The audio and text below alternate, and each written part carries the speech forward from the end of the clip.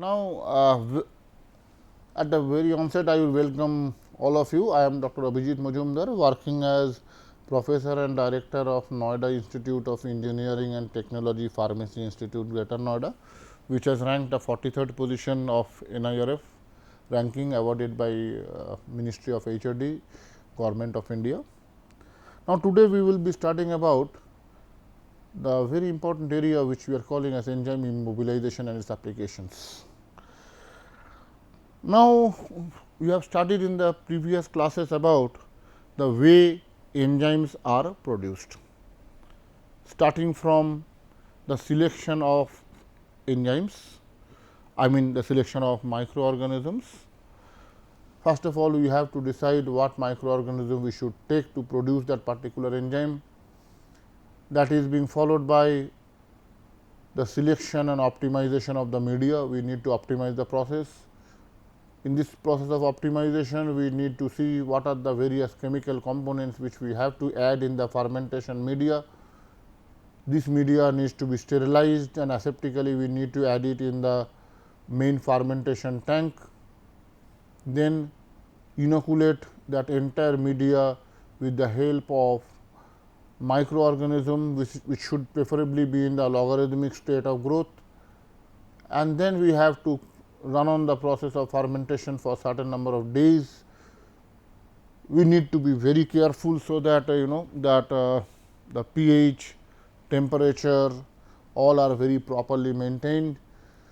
The rotor should operate, so that there is no unnecessary settling of the solid particles in the fermentation wall. We are having baffles to protect it out. Then after the process of production is over, we have to go for the downstream processing, where we need to first of all go for the process of separation and purification. Again, the separation process is very important, because if the product is intracellular in nature, the enzymes will be retained within the microbial cell. On the contrary, if the enzymes are extracellular in nature, they will be liberated within the media. So, depending on the fact that whether your enzyme is intracellular or your product is extracellular, the process of purification will change. Now, if it is an extracellular product, it is very comparatively simpler process.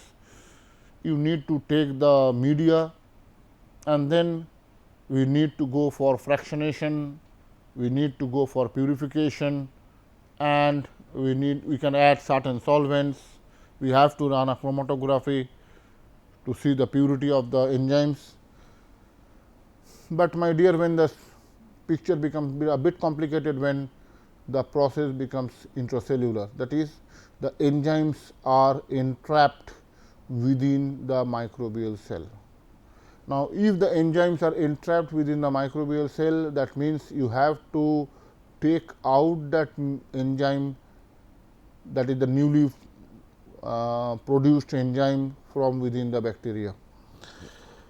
Now, whenever we are trying to take out the enzyme from within the bacteria, the first and foremost task what we need to carry out is we use certain physical or certain chemical process. The physical process, mainly application of shear, application of sonication techniques are used, where due to repeated compression and rarefactions, there will be generation of pressure on the cell wall of the microbes. Ultimately, the cell wall will rupture and the enzymes can be taken out. On the other hand, in case of chemicals, sometimes we use a lysozyme. The successful use of lysozyme involves that it will dissolve the cell wall and take out the enzymes which has been produced. Now, once it is produced, up to this is what we are calling as enzyme biotechnology, then that will be leading to what we are having as enzyme immobilization. The enzyme immobilization is defined as the imprisonment of cell of enzyme in a definite support or a matrix. The support or matrix on which the enzymes are immobilized, allows the exchange of media containing substrate effector or inhibitor modules. That is, there are various techniques by which the enzymes needs to be protected, the enzymes needs to be stabilized. Now, do not think that it is a newer concept which is developing today. It started way back. The practice of immobilization of cell is a very old concept. The first immobilized enzyme was amino acylase of Aspergillus oryza, used in the production of L amino acid in case of that originated in Japan. Now, let us see what are the various advantages of enzyme immobilization. First is increased functional efficiency of enzyme, quite natural, because it protects from various agents destroying that enzymes. So, there is an increase in the functional effectivity, enhance reproducibility of the process they are undertaking, enzymes can be reused, continuous use of enzyme, that is also possible with the help of enzyme immobilization, less labor input in the process, saving in the capital cost and investment of the process, minimization of reaction time, less chance of contamination of the product, more stability of the product, stable supply of products in the market, improved process control and high enzyme substrate ratio. These are the various advantages which we see for the enzymes which are mobilized. Now, let us see what are the disadvantages which we sometimes comes across. Though the advantages of immobilized enzymes are much higher, the number of advantages are much more, but still we should not disregard the disadvantages of enzyme immobilization. Let us see what are they. Number 1, the cost is high. So, the high cost of isolation, purification and recovery of the active enzymes is one of the major disadvantages. Now, see, when the cost increases, so automatically the cost of your final product also simultaneously increases. So, the high cost for isolation, purification and recovery of the active enzymes is one of the major disadvantage for enzyme immobilization. Industrial applications are limited and only very few industries are using immobilized enzymes or immobilizing the enzymes with the help of various wholesales. Catalytic properties of some enzymes are found to be reduced and completely lost after the process of immobilization. This is one of the greatest challenge nowadays. You are trying to protect an enzyme, but at the same time it has been seen that their catalytic property gets reduced. Your whole objective gets lost. Some enzymes becomes unstable after immobilization, and not only unstable, they are inactive in certain situations where the heat is generated in the system. As we know that every enzyme has an optimum temperature. So, when the temperature is exceeding that particular level, automatically the enzymes gets inactivated. Now, let us see what are the various ways, what are the various techniques by which you can immobilize an enzyme. First is adsorption, second one is covalent bonding, third one is entrapment, fourth one is cross linking or copolymerization, and the last one is encapsulation. We will be studying one by one. So, let us first start with adsorption. Now, the term adsorption, basically it is nothing but a support on which it has been adsorbed. Adsorption is the oldest and simplest method of enzyme immobilization. Nelson and Griffin did it in 1916. They used charcoal to adsorb an enzyme called invertase. So, so the concept is nothing new, it started way back. There is a base on which the enzymes are basically adsorbed, and this adsorption mainly takes place on the superficial surface. So, in this method enzyme is adsorbed to external surface of the support or the carrier used may be having certain advantages. What are they? Number 1, mineral support, for example, aluminum oxide, clay are used. It may be of an organic support in the form of starch, it may be a modified Cephalose and ion exchange agent. These are the common support which are used to immobilize enzyme by the process of adsorption. Now, there are no permanent bond formed between the support and the enzyme during the process of adsorption. The bond is basically relatively very weak. Only weak bonds stabilize the enzyme to the support or carrier. These weak bonds are involved mainly the bonding. This is the process by which bonding takes place. It ionic interaction, it may be a hydrogen bonding, or it may be the process of by the application of van der Waals force.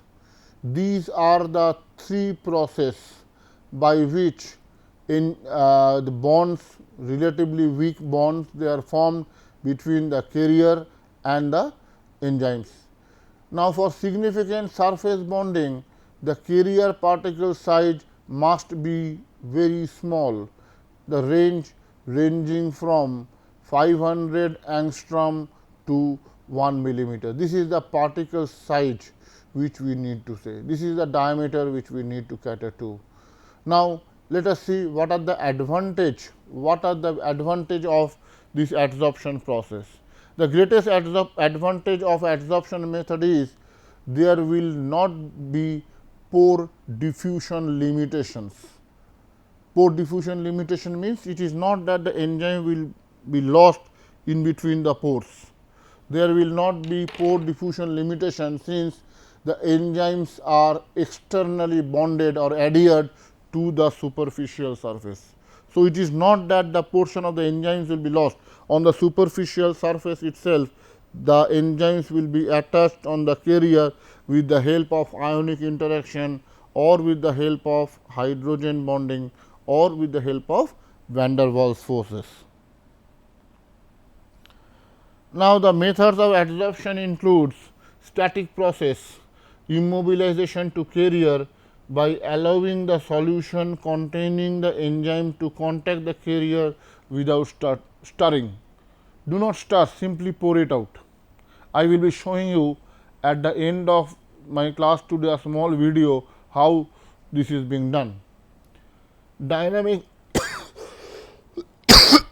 dynamic batch process, the carrier is placed in the enzyme solution and it is mixed with stirring or agitation. That is the reason why we are calling it as a dynamic process, where we are applying a stirring. So, it is dynamic, static means without stirring. Next is reactor loading process.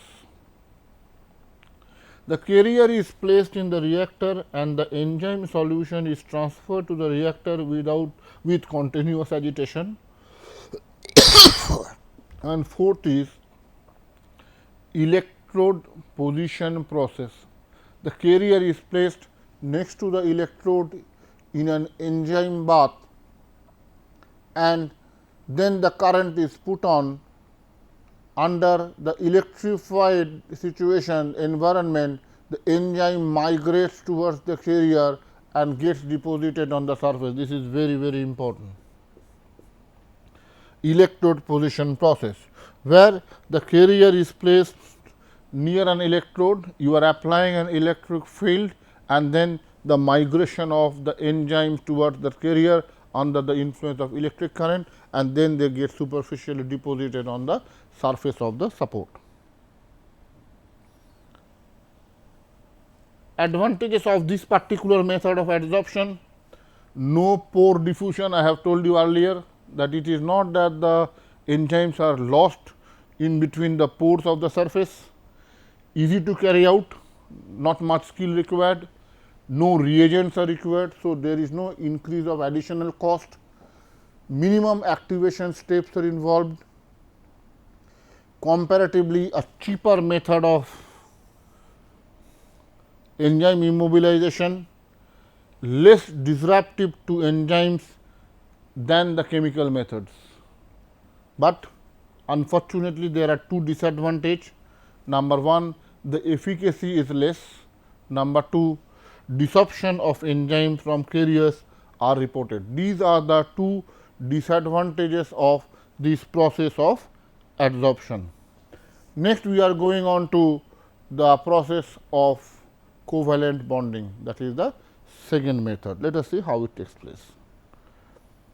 Now, in covalent bonding, this method involves the formation of a covalent bond between, see, enzymes are having various groups, between the groups of enzymes and the groups which are present in the support of the carrier.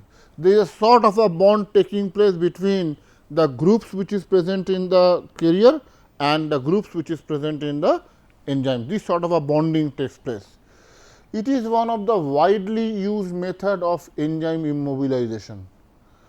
Commonly, we see that the hydroxyl groups and amino groups of support or enzyme are found to form this sort of covalent bonding very easily. I am repeating once again, the hydroxyl group and the amino group of the support or the enzyme, they takes place in this sort of bond formation very effectively. The chemical groups in the support or carrier that can form covalent bonds with the enzymes, the chemical groups in the support which forms group with the enzymes, they include the amino group, the imino group, hydroxyl group, carboxyl group, thiol group, methyl thiol group, guanylyl group, imidazole group and phenol. These are forming, if these groups are present in the support, they form very, very effective covalent bonding with the enzymes.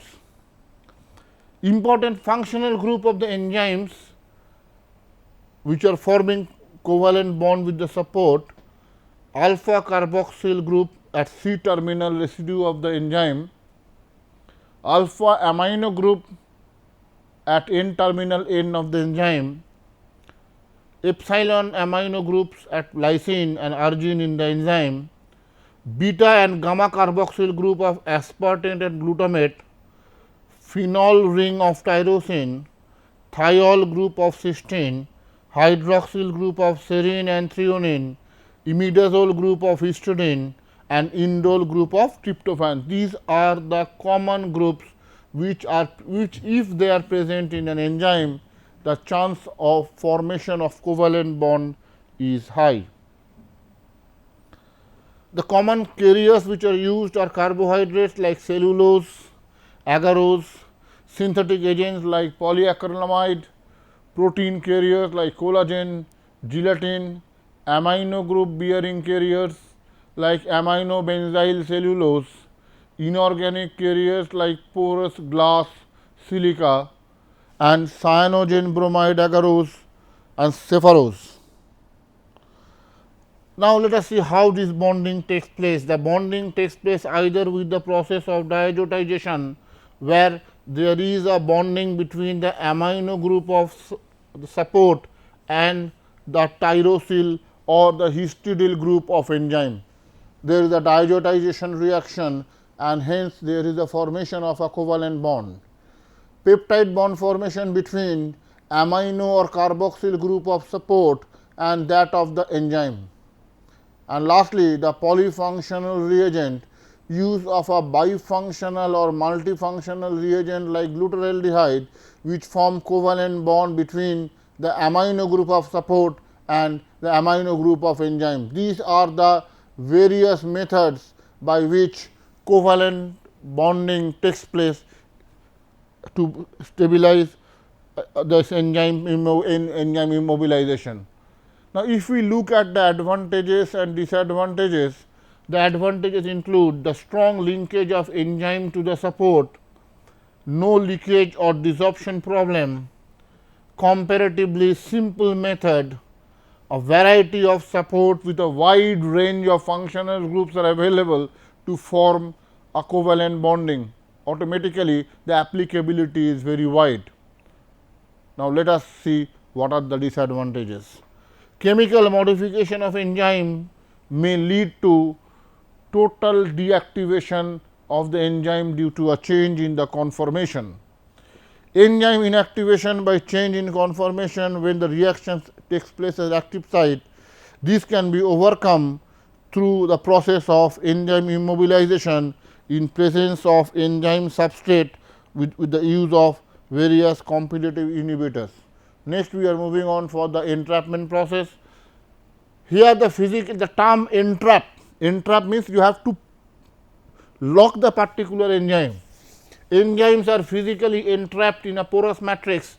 Bond involved in stabilization of the enzyme to the matrix may be covalent or it may be non-covalent. The matrix should preferably be a water soluble polymer. The form and nature of the matrix varies with the type of enzymes which we are preparing. Pore size of matrix adjusted to prevent the loss of the enzyme. Pore size can be adjusted according to the concentration of the polymer which are used.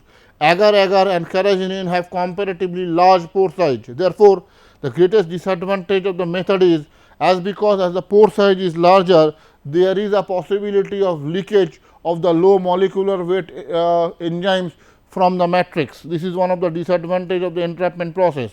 The common matrix which are used are polyacrylamide gel, cellulose triacetate, agar, gelatin, carrageenan, etc. The methods of entrapment includes the inclusion within the gel, inclusion within the fiber, inclusion within the microcapsule, and in this process of enzyme immobilization or the process of entrapment. Now, the major advantages and disadvantages are: advantages is fast method of immobilization, the process is cheap, easy, mild conditions are required, automatically can be used for sensing application.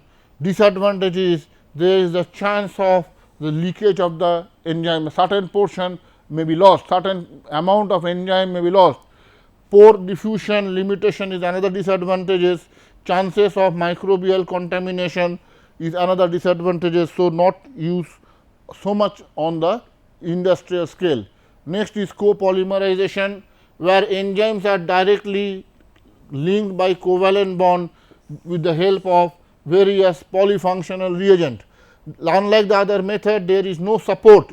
The only disadvantage, only difference between the other one is here there are no support involved in this method.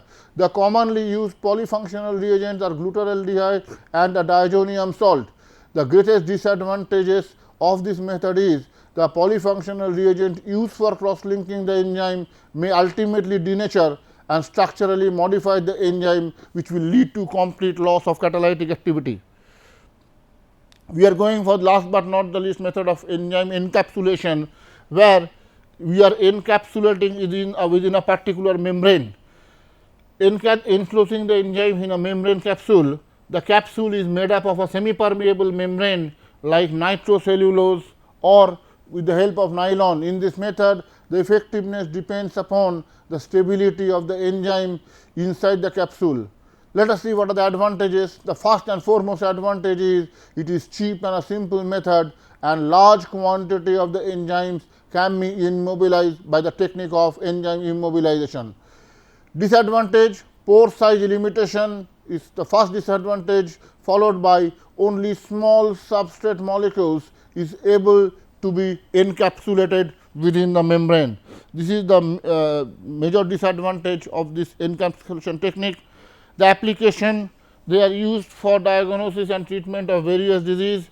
Enzyme immobilized are commonly used to overcome the inborn metabolic disorder by supply immobilized enzyme. Immobilized enzymes are commonly used in drug delivery, especially for the oncogenic sites. And the recent advantages, this slide shows some of the common recent advantages where we are using the self mobilization technique. Another development is addition structure to immobilization, which is previously homogeneous, pointing the way to interestingly going for the newer development. Now, I will be showing you a very small video here where the enzyme immobilization is taking place. Just to see with the help of a PDA medium how the process of enzyme immobilization is taking place, taking the help of yeast cell.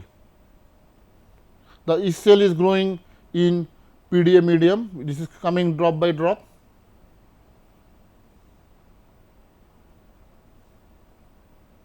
and as it is coming, there is a media where the yeast cells are growing. Now, keep the shaker for 24 hours at 100 rpm. So, there is a continuous motion. Filter out the yeast cell with the help of Whatman paper. See how the filtration is taking place. This is the funnel, this is the Whatman filter paper.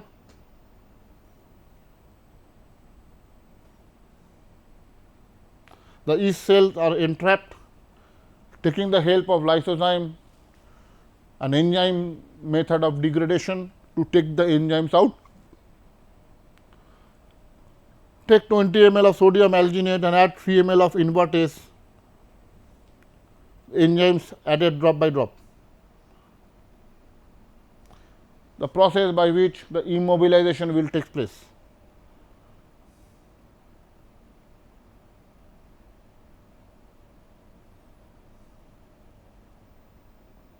Mix properly, incubate at room temperature for 30 minutes. Then add 3 ml of glutaraldehyde solution because into the enzyme. This is the burette from where we are adding glutaraldehyde solutions.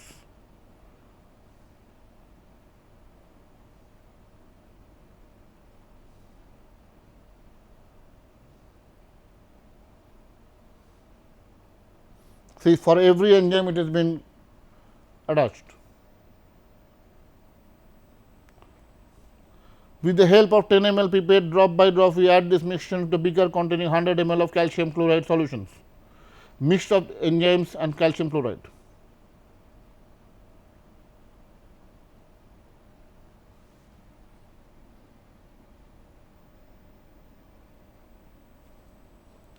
These are the beads which are containing the enzymes.